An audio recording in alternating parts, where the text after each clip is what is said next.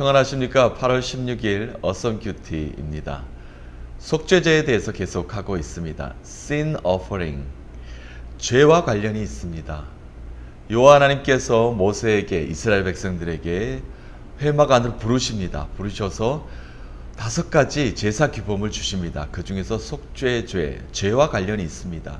하나님께 더 나아가기 위해서는, 정결하기 위해서, 거룩하게 하기 위해서는 죄를 씻어야 됩니다. 죄를 씻지 않고서는 하나님의 거룩함에 이를 수 없게 되는 겁니다. 그런데 이 제사에서 꼭 필요한 것은 피입니다. 속죄 제물의 피가 필요했습니다. 회막 안으로 들어가서 제사장이 피를 뿌림으로 말미암아 정결하게 되는 겁니다. 정화시키는 것이 바로 속죄제입니다. 제사장을 위한 속죄제, 그리고 온 백성을 위한 속죄제. 오늘은 2가지입니다. 속죄제물 중에서 족장을 위한 속죄제, 그리고 평민을 위한 속죄제를 오늘 말씀의 4장에 마무리를 하게 됩니다. 속죄 제물의 구성이 있었죠. 구성은 신분에 따라 좀 차등이 있었습니다. 첫 번째, 제사장의 경우에는 흠없는 수송아지를 바치게 했습니다. 두 번째, 회중의 경우에는 흠없는 똑같은 수송아지를 바치게 했고요. 오늘 또 2가지의 또 족장의 경우에는 흠없는 숫염소, 그 다음에 평민들을 위한 그 속죄제의 경우에는 흠없는 암염소입니다. 순염소와 암염소의 차이가 있죠. 그 다음에 어린 양을 바치게 했는데 암컷입니다. 암양을 바치게 했습니다. 또 내일 계속되겠습니다만은 가난한 경우에는 산비둘기, 또 집비둘기 새끼 2마리를 바치게 했습니다. 또한 극빈자입니다. 지극히 가난하여서 바칠 게 없는, 동물의 피를 바칠 수 없는 자들에게는 고운 밀가루를 대신하게 했습니다. 신분, 삶의 처지에 따라 제물의 준비함의 재정적 여건을 고려해 주었던 것입니다. 가난한 사람은 준비할 수 없었기 때문에 고운 밀가루, 또 비둘기 2마리 이렇게 준비해서 하나님께 바치게 했습니다. 속죄제는 이렇게 신분에 따라, 지위에 따라서 제물을 차등을 두는 경우를 우리에게 볼 수가 있습니다. 그러나 어떻게든 모든 백성들이 죄에 대한 문제는 해결하게 했습니다. 죄는 해결해야 됩니다.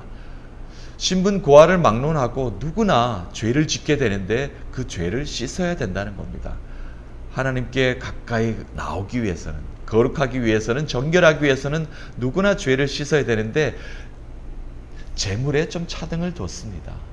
있는 사람은 또 송아지, 염소, 양을 바치게 했고요. 또 그 바칠 수 없는 가난한 사람들에게는 비둘기 2마리, 또 밀가루, 고운 밀가루를 하나님께 바치도록 했습니다.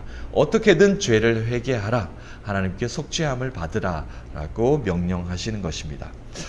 오늘 4장 마무리하면서요, 첫 번째 족장을 위한 속죄제 한번 보도록 하겠습니다. 22절에서 26절까지 말씀 제가 읽어보겠습니다.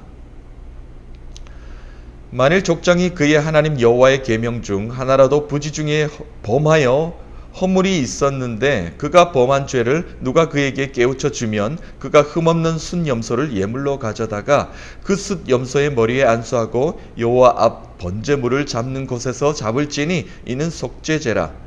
제사장은 그 속죄 제물의 피를 손가락에 찍어 번제단 뿔들에 바르고 그 피는 번제단 밑에 쏟고 그 모든 기름은 화목제 제물의 기름같이 제단 위에 불사를 지니 이같이 제사장이 그 범한 죄에 대하여 그를 위하여 속죄한즉 그가 사함을 얻으리라. 아멘. 22절에서 23절까지 말씀은 처음 부분이 그렇습니다. 자신이 지은 죄를 모르고 있을 수 있습니다. 모르고 있을 때 누군가 그것을 깨우쳐 주게 됩니다. 그것을 깨우쳐 주게 되면 깨닫게 될 거 아닙니까? 깨닫게 되었을 때 예물을 준비하여 제단 앞으로 나아간다 라고 이렇게 전하고 있습니다. 죄는 깨달아야 됩니다. 깨닫게 됩니다. 그래야만 하나님께 나아갈 수 있게 됩니다. 또 누군가가 깨우쳐 주게 됩니다. 그럼 회개의 자리로 나가는 것이 중요합니다. 누군가 깨우쳐 줬음에도 불구하고, 깨달음에도 불구하고 죄를 회개하고 뉘우치는 자리로 나아가지 못하면 하나님을 만날 수 없습니다.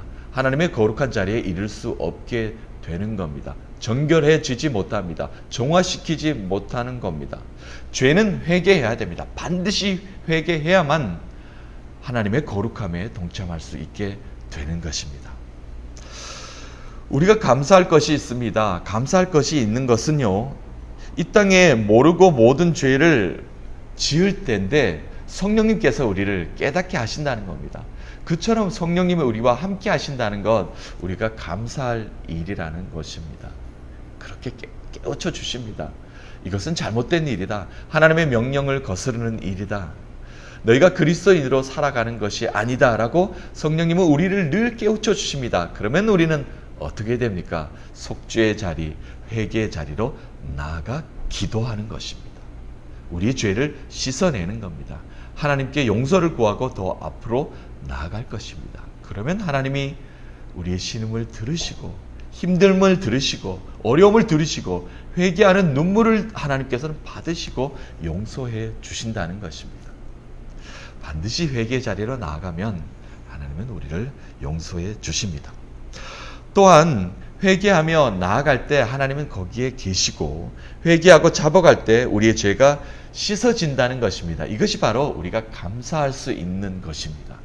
감사할 수 있는 조건입니다. 감사할 수 있는 이유입니다. 회복, 구원의 길이 열려 있는 것이 속죄제입니다.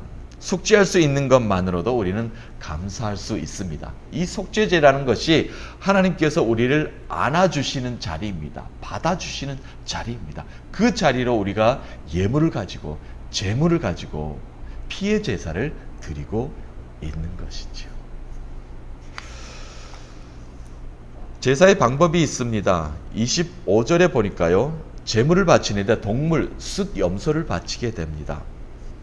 족장들, 지도자들은 그렇다는 거죠. 리더자들 그렇다는 겁니다. 피를 손가락에 이제 찍습니다. 여기까지는 제사장을 위한 속죄제, 온 회중을 위한 속죄제와 같습니다. 그러나 죄의 제사 방법과 이렇게 동일하고 있지만 7번 뿌리지는 않습니다. 이렇게 회당에 들어가서 7번을 뿌렸는데 그 일은 하지 않습니다. 그냥 번제단 뿔들에게 이렇게 바릅니다. 그리고 나머지 피는 번제단 밑으로 쏟습니다. 모두 쏟아 버리게 됩니다. 그리고 26절에 모든 기름은요, 화목 제물과 같이 제단 위에 불사르게 됩니다. 콩팥도 그렇고요. 그것을 모든 기름이라고 이렇게 표현하고 있습니다. 간 주위에 있는 것들, 그런 좋은 기름들을 다 제단 위에 불사르게 됩니다. 자, 두 번째로 27절에서 35절까지 오늘 속죄제로 말씀 주신 것은, 속죄제는 꼭 6가지로 오늘 내일 5장에도 말씀하고 있습니다만 6가지를 위한 속죄제를 우리에게 보여주고 있는데, 오늘 네 번째 평민을 위한 속죄제입니다. 평민은 히브리어로 메암 하레츠, 그러니까 땅 위에서 사는 모든 백성들을 이야기합니다. 그 백성들을 이야기하는데 제사 방법은 족장들과 동일합니다. 순염소가 아니라 암염소, 그리고 양인데 암컷을 바치라, 새끼 암양을 바치라라고 이렇게 이야기를 하고 있습니다. 오늘 말씀에서 만일 족장이 그의 하나님 여호와의 계명을 하나라도 범하게 되면, 27절부터는 만일 평민의 한 사람이 여호와의 계 중에 하나라도 부지 중에 범하게 되면 그 허물을 여호와 하나님께 회당에 나와서 속죄하라, 죄를 씻으라, 피의 제사를 드리라 라고 이렇게 우리에게 명령하고 계십니다. 자, 누군가가 죄에 대해서 우리를 깨우쳐 줍니다. 누군가가 깨우쳐 주면, 깨닫게 되면 회개의 자리로 반드시 나아가야 됨을 오늘 말씀을 통해서 우리에게 말씀하고 계십니다. 하나님은 우리의 처지, 상황을 모두 아시는 하나님이십니다. 우리가 처한 삶 속에서 자복, 속죄가 일어나야 됩니다. 우리의 처한 상황이 다 다르지요. 그러므로 하나님께서는 분류해 주셨습니다. 차등에 따라서 제사법을 조금 절차를 다르게 우리에게 말씀하고 계십니다. 그것은 무엇이냐면은 우리의 처한 상황이 다릅니다. 그 처한 상황 속에서 우리가 하나님께 자복하고 회개하고 나아가라는 것입니다. 하나님께 나아가기 위해서는, 거룩한 삶을 우리가 살아가기 위해서는 정결해져야 합니다. 그런데 정결해져야 하기 위해서는 그것이 바로 속죄 제사를 드려야 되는 것입니다. 정화시켜야 됩니다. 피로 정화시켜 나아가야 합니다. 죄는 씻어져야 되는 겁니다. 그냥 죄를 담고 살아갈 수 없는 것입니다. 우리는 이 땅을 살면서 예수 그리스도의 보혈의 피밖에 없습니다. 예수님이 십자가의 피를 흘려주셨습니다. 그것이 바로 신약에 이르는, 그리고 이 땅을 사는 지금 이 땅에서 예수 그리스도의 보혈의 피로, 그 능력으로 우리가 살아가고 있는 것입니다. 그 피를 의지해야 됩니다. 속죄 제물이 되어주셨습니다. 그 피로 우리가 정화작용이 된 겁니다. 깨끗이 씻어졌습니다. 하나님께 더 나아갈 수 있게 된 겁니다. 그러므로 우리가 누구의 이름으로 기도합니까? 예수 그리스도의 이름으로 기도하는 겁니다. 죄를 씻을 수 있는 겁니다. 이제는 다시 한 번 더 피를 흘릴 필요가 없는 겁니다. 십자가에 달릴 필요가 없는 겁니다. 우리가 기도할 때, 예수 그리스도의 이름으로 회개할 때 예수 그리스도의 보혈의 능력이 십자가에서 드러나게 되는 겁니다. 그래서 우리는 예수님의 이름으로 예수님께 고하고 아뢰는 것입니다. 그럴 때 하나님의 거룩함으로 나아갈 수 있게 되는 것이죠. 예수 그리스도의 보혈을 의지하여 우리의 삶을 깨끗게 해야 되겠습니다. 예수님을 의지하고 믿을 때 십자가의 보혈의 능력이 우리의 삶에, 우리의 상황 속에, 우리의 교회에, 우리의 일터에, 우리의 자녀들에게 나타날 줄로 믿습니다. 그 믿음으로 오늘을 우리가 승리하며 살아가게 되는 것입니다. 속죄제에 대해서 하나님이 명령하신 것들을 우리가 되새겨 봤습니다. 이 땅을 살고 있는 지금 현 시대의 우리가 예수 그리스도를 의지함으로 말미암아 우리의 죄를 씻을 수 있다는 것만으로도 우리는 감사할 수 있어야 되겠습니다. 오늘 귀중한 한 날을 하나님께서 우리에게 주셨습니다. 승리하십시다. 그 보혈의 능력이 우리의 삶에 나타날 줄로 믿습니다. 그 능력의 하나님, 승리의 하나님이 오늘도 우리와 함께 하십니다. 그 믿음으로 승리하신 여러분 되시기를 간절히 축복합니다.